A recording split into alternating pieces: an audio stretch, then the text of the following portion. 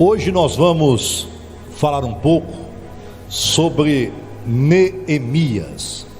A gente às vezes ouve muito pouco pregar na igreja a respeito de Neemias.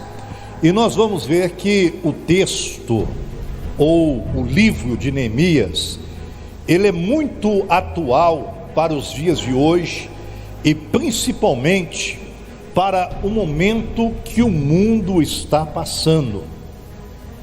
Neemias, uns historiadores bíblicos o têm como continuação do livro de Esther, outros o incorpora como sendo o livro do segundo Esdras, mas a verdade é que Neemias deveria estar na catalogação após o livro de Daniel, porque Neemias, ele vem após o exílio.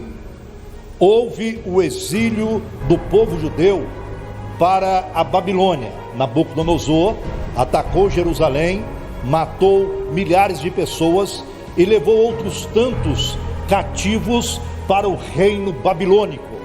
E lá no reino babilônico foi levado Sadraque, Mesaque, Abednego, foi levado também Daniel, e esses serviram durante o reino babilônico.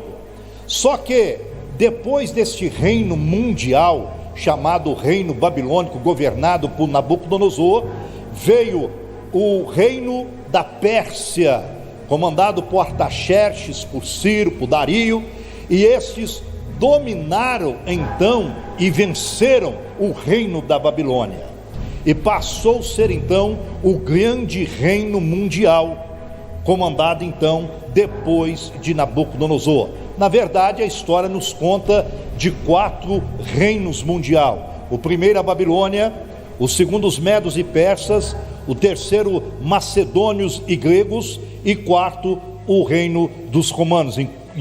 Quando Cristo veio ao mundo, eles disseram: não temos outro rei a não ser César, o grande imperador de Roma, porque o mundo já estava sobre a égide de Roma naquela época de Cristo. Muito bem, então nós estamos agora no período, para o nosso contexto bíblico, do segundo reino mundial, que é o reino comandado por Artaxerxes.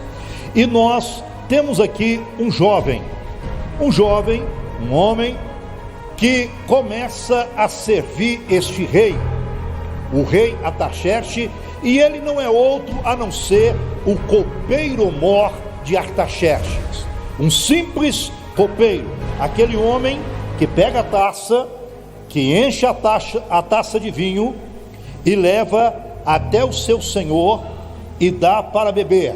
Isto fazia ele todos os dias, era essa a função única e exclusiva de Neemias no reino da Pérsia.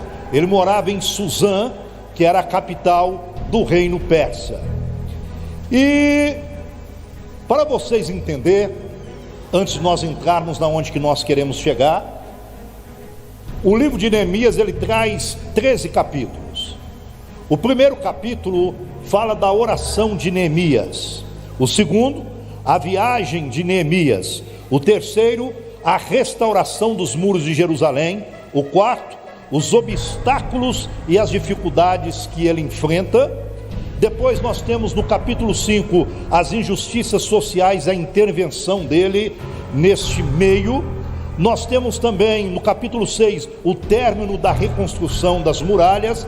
Em 7º capítulo nós temos o recenseamento dos israelitas.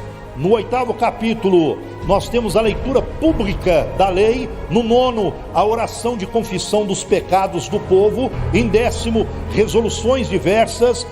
11º, a repartição dos habitantes de Jerusalém. 12º, sacerdotes e levitas que são colocados para estarem diante do templo do Senhor. E no 13º, último capítulo de Neemias, nós temos as reformas diversas, que é a reforma da Torá, a reforma da lei, a leitura novamente de Deuteronômio, e aí